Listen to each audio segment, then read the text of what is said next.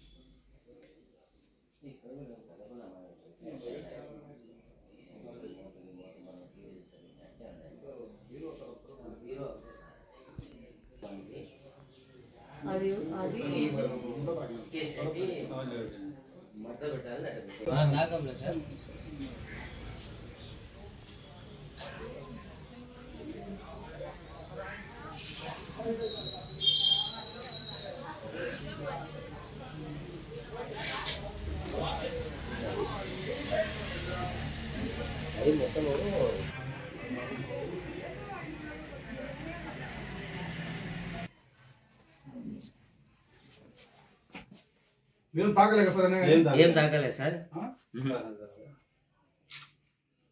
Sir అంతే sir 2 జతలు కమ్మలు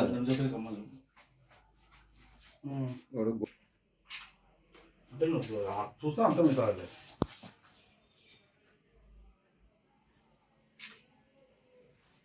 చీరలు అవి కూడా అన్ని తీసేస్తున్నాడు.